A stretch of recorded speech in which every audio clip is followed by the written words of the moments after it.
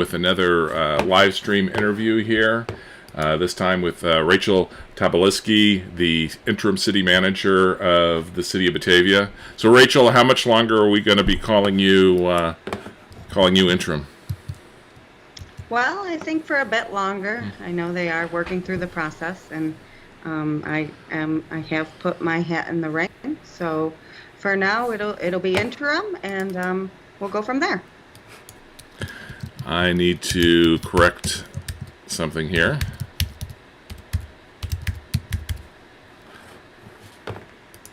Need to have the correct name on your lower third here. I still had Matt.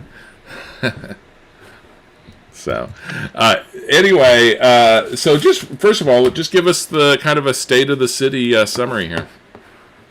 Yeah, I mean, right now the city is finalizing its budget, so all the department heads and managers have submitted everything. The management, myself, have put together all the books, all the binders, and presented it to council and the public. And right now we're moving towards scheduling a public hearing for February 22nd for the budget. So this year we're down about $800,000 in terms of revenue from last year, and that's about a 16.79 million general fund budget. Total budget, because we have other funds, including sewer and water, is a $27.7 million budget. I'd say the hardest part about this year is the loss of revenue plus increase in cost.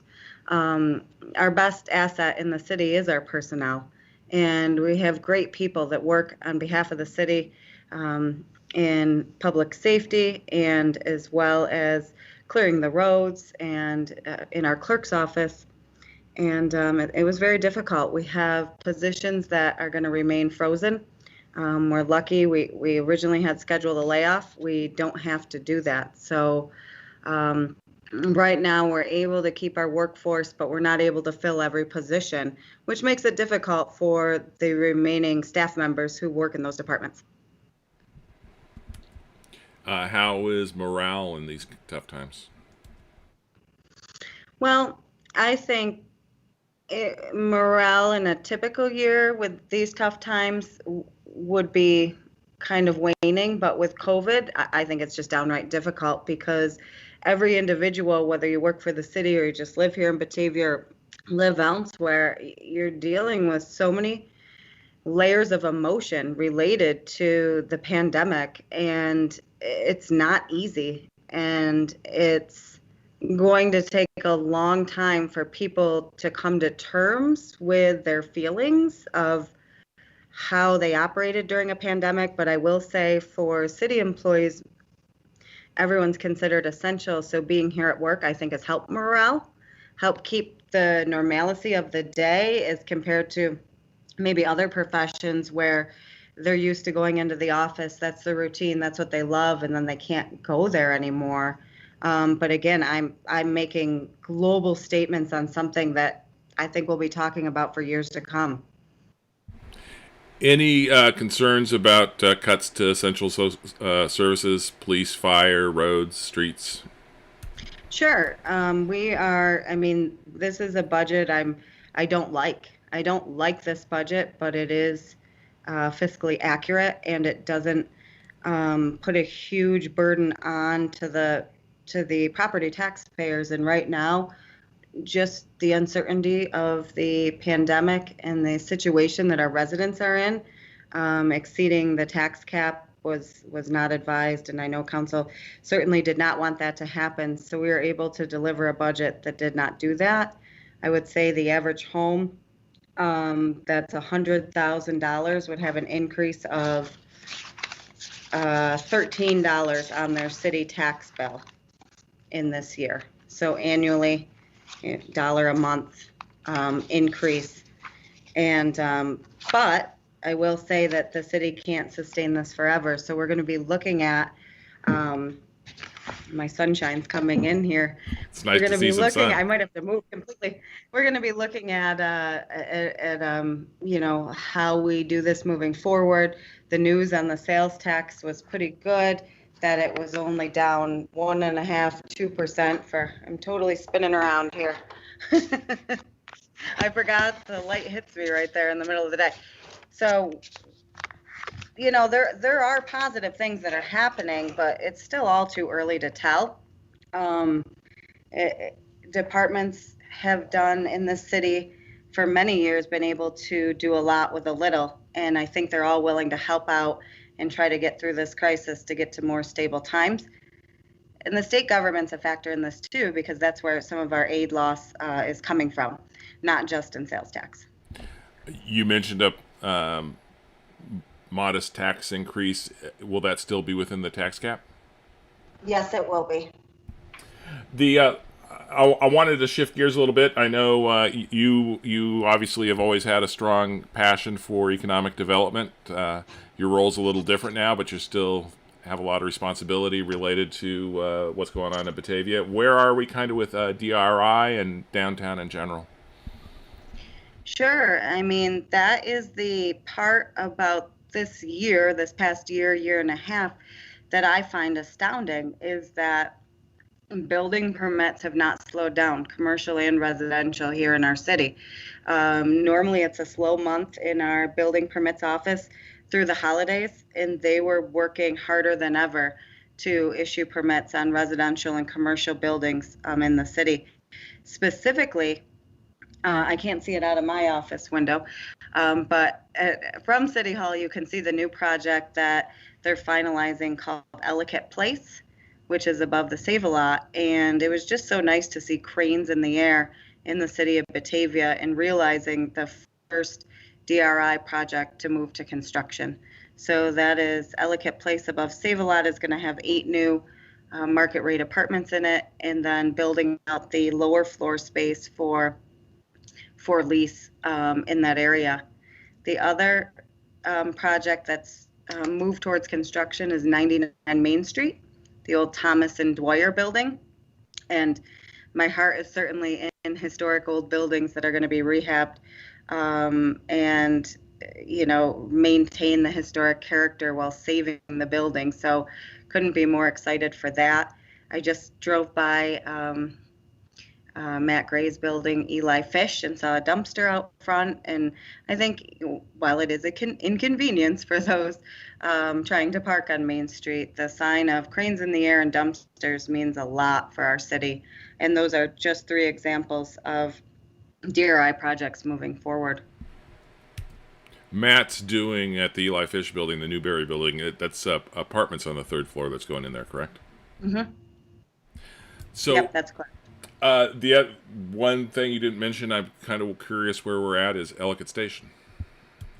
Yeah, so Elliot Station has been a very long project, very long cycle that the community has participated in and sat through for several years. And it's my understanding that all the pieces are in place and there'll be a closing in spring. Originally, there was going to be a winter closing, but it is a development company that works on multiple projects, and another project came up that needed to close in advance of the Ellicott Station project. So my understanding is they're closing in spring. I haven't heard otherwise. Something you and I talked about yesterday, I wanted to, rather than do a separate story after our talk, I decided we just would cover it today, give you a chance to, I spotted the water on the floor near the silo over by Steve Hawley's building and some buckets, and asked you about that. And then, so address kind of what's going on there, why people who go into the mall still might see that and be confused. And then also just where are we at with the mall? Absolutely. So there's many stages to the mall redevelopment. First and foremost, as part of the settlement agreement with the mall merchants, the city has spent $763,000 fixing the mall roof in all portions of the mall except for the silos, which, the roof is going to abut to the silo. So what you saw yesterday was a leakage from the silo. So not our brand new roof. If it was, we would have someone out to fix it. There's a warranty on it. So where the silos are, the plan is to fix those in the $1 million DRI project. The second portion of the mall roof that is not completed yet, which we have we're hoping council approves the capital projects resolution that'll come before them on February 22nd, is the hallway by JCPenney's and Dan's Tire. So you will still see, unfortunately, a portion of roof that has not been completed yet. We didn't have enough money in the original budget. We will be using reserve funds and always looking for grants to finalize that. But we have that project slated to go forward in the 21-22 budget. And for our viewers out there, the city is an April 1st budget start. So we're not on the calendar year like the county and the rest of the towns. We start April 1, so we're on the same fiscal year as New York State. Howard, I guess the other thing with the mall is we had the feasibility study completed. We had good reaction from the public. I mean, a lot of people say just tear it down and start over, and it's not as easy as that with different tenants. So as a reminder to everyone, these parcels are condoized, so they all have individual owners. So to do anything, the ownership actually has to kind of all be in agreement. And so what we're trying to do is marry up the funds we're getting with the agreement we settled on with the mall settlement, which is fix the roof, fix the silos. And we're trying to do it in a way that makes it more attractive and try to move from there. And whether it's indoor market, indoor event space, but we have to get the core of the building sealed up and done appropriately before we can move on to anything else. So, your mention of people saying just tear it down reminded me of something else to ask you about. A lot of times people say, well, just make it the police station. Why isn't that the police station? Address maybe the problems that the mall presents in becoming a police station, and then give us an update on the new police station issue. Sure, absolutely. The new police station opportunity, we are working through a feasibility study specific to Elva and Elva Place and Bank Street. And that is moving along very, very well. There might be some environmental activity we actually have to do on the site this summer. So we're trying to work with the public market to see if they can still locate there this summer.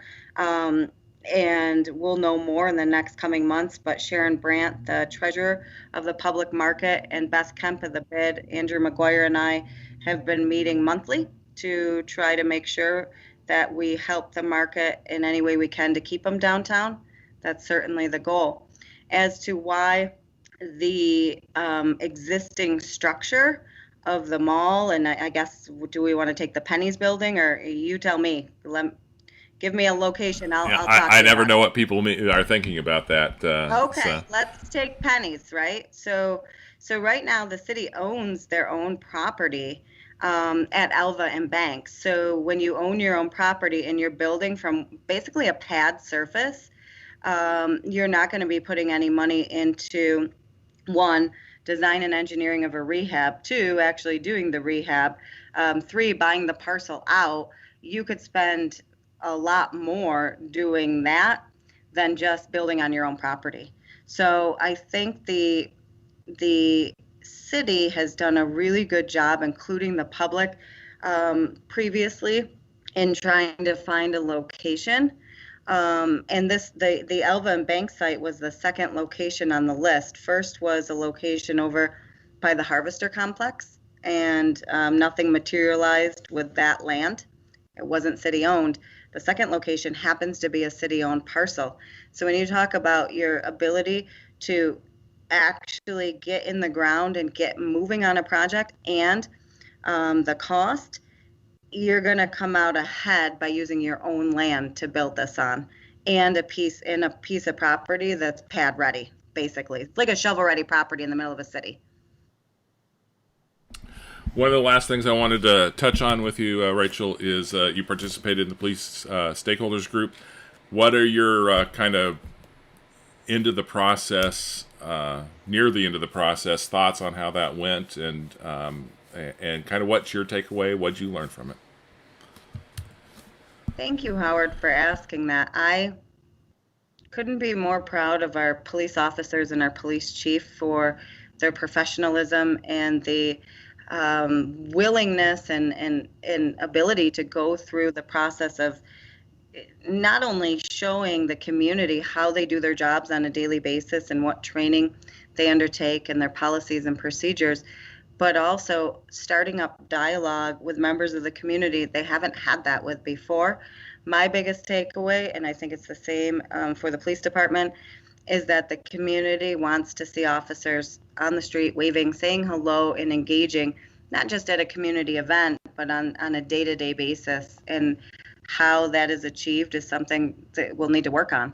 And then furthermore, how does the minority and Black community become more comfortable engaging in conversations, whether it's at City Hall, with legislators, with police officers, with fire officers? It's going to take everyone working together to open the dialogue channels. And after a year or two, I don't think we'll think anything about it. It'll just be natural. It'll just be seen as something we've always done. So I'm really proud of everyone that served on the group and spent their time working to open up those channels of communication. Thank you. Sitting here talking to you, I thought of something else, and I hope this isn't a question that puts you too much on the spot. But I talked to Anibal Solar yesterday, and we talked about the school district's new equity policy and what they have to do to review what their kind of what their policies are. What do you think the city should engage in any kind of like similar type of study of equity and how it's dealing with historical inequities and particularly kind of at a staff level and how it becomes more inclusive? Do you see a need for that? Kind of just what are your thoughts? Well, I haven't read anything about it, Howard. So I need more information before I answered. So I'm not exactly sure about what the school district is doing, but happy to look into it. If you can give me more details, or I'm not quite able to answer that question, I guess. I guess there's kind of a twofold thing that's going on there. Is they have this new equity policy that at every level of kind of staff, they want to examine their policies and practices and ensure that they're inclusive and correct any past things that have become kind of systematic, and try to identify those. And then also there's a curriculum part where they're going to be examining their curriculum. But mainly just, do you think there's things in the city that should be reviewed? Well, that's a big question. And there's many departments in the city. So let's take them kind of one by one. We've got the police. The police have policy updates through a renowned policy agency. And we just went through their policy review, let's say, with the citizen stakeholder group. And I think we have a chief there who's very open-minded and ensuring that the policies don't create an environment where bias can exist. And I'd say the same with the fire department, who uses the same software, but for the fire department with a chief that's very culturally sensitive. In terms of policies and, the Parks Department or DPW, certainly it's something that could be looked at and certainly something that can be incorporated in a lot of our policies on personnel. We obviously have all the policies on hiring, that we'd never discriminate on a person's gender, affiliation, or their race or ethnicity.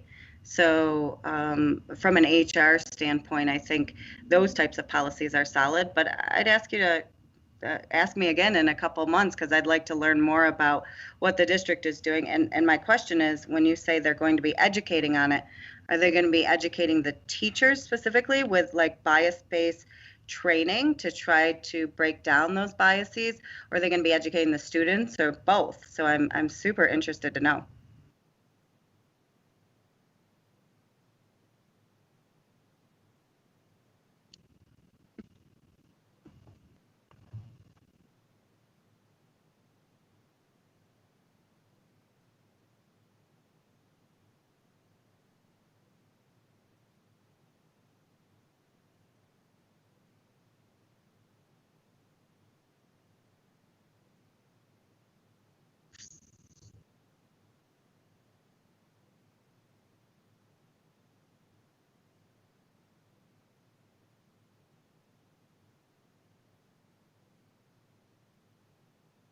I think that is, I'm excited to take a closer look, and I think we've talked about training opportunities for city staff. Again, we have a large workforce that works in varying degrees of the public or different jobs. So I know bias-based training has been set up for fire and police department. It's certainly something we'll look at across the entire organization as well. And certainly for hiring, one of the main things that came out of the police collaboration initiative was the inability to hire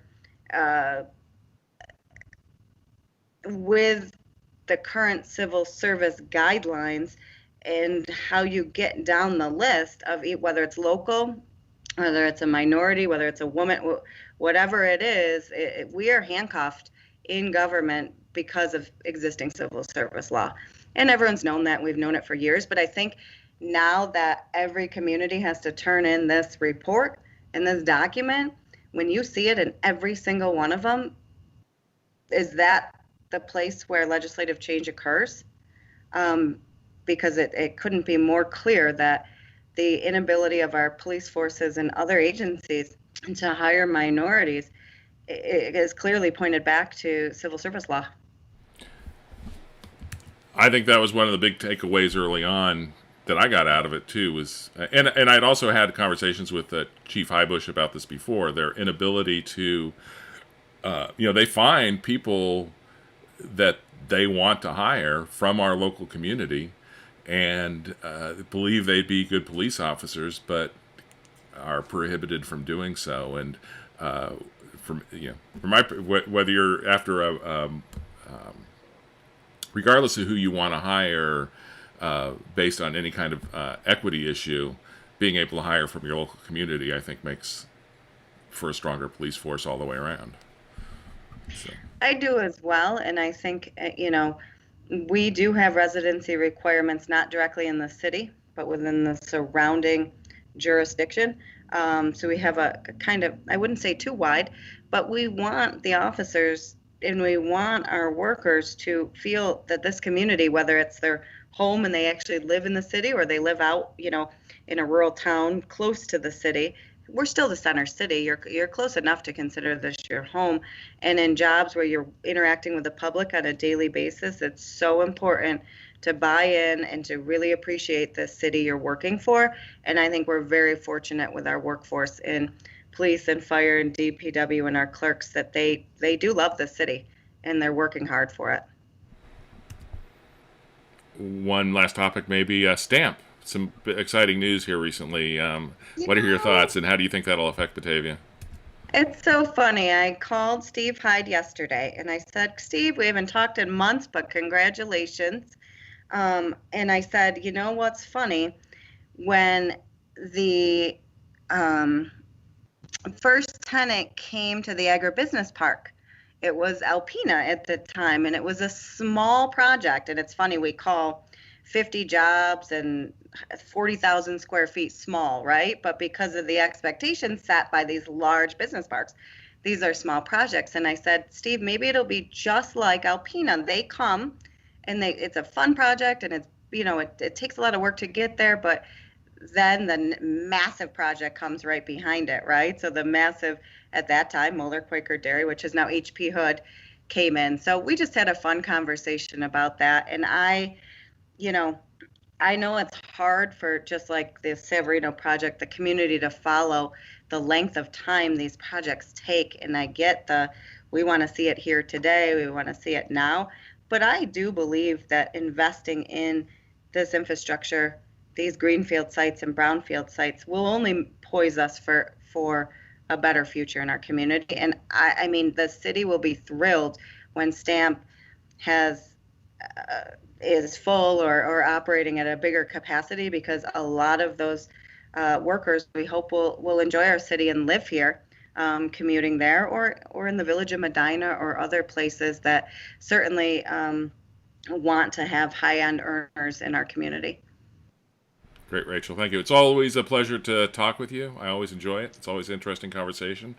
Is there anything else you wanted to touch on that I neglected to ask about? No, I don't think so. I just appreciate, everyone continuing to to work through this. It's just something I think no one can say they thought they'd live through a global pandemic, but I'm super proud of everyone and how they've behaved in our city and how uplifting they are to each other. And I hope, but someday we have a huge party in Jackson Square on the street. I don't care where it is. We're going to host it at the Muck Dog Stadium. We just need to all get back together. So thank you, Howard. We really need to bring summer in the city back, I think. But absolutely. I think we can just close down the street and have the block party of the century after the pandemic's done. And I don't even know how much organization we need. Let's just do it, right? So, oh wait, we better get an application and put it through the process here at the city, and then we'll do it. But the big issue is you gotta get permission of the DOT to use Route 5. So. Yeah, well, I mean, Jackson Square, it's Yeah. exciting. We're starting we're hoping to hold a public a meeting on that redevelopment soon, and it's just the neatest place. If residents haven't been there, I hope we can have live music there again this summer. That'd be great. So, Rachel, I appreciate your time. This is Howard Owens, publisher of the Batavian. We'll be signing off here shortly. More live stream interviews next week. Big storm coming tonight, so all you be safe and also stay safe from COVID. Again, Rachel, thank you. Thanks, Howard. Take care. Have a great weekend. Take care. Bye.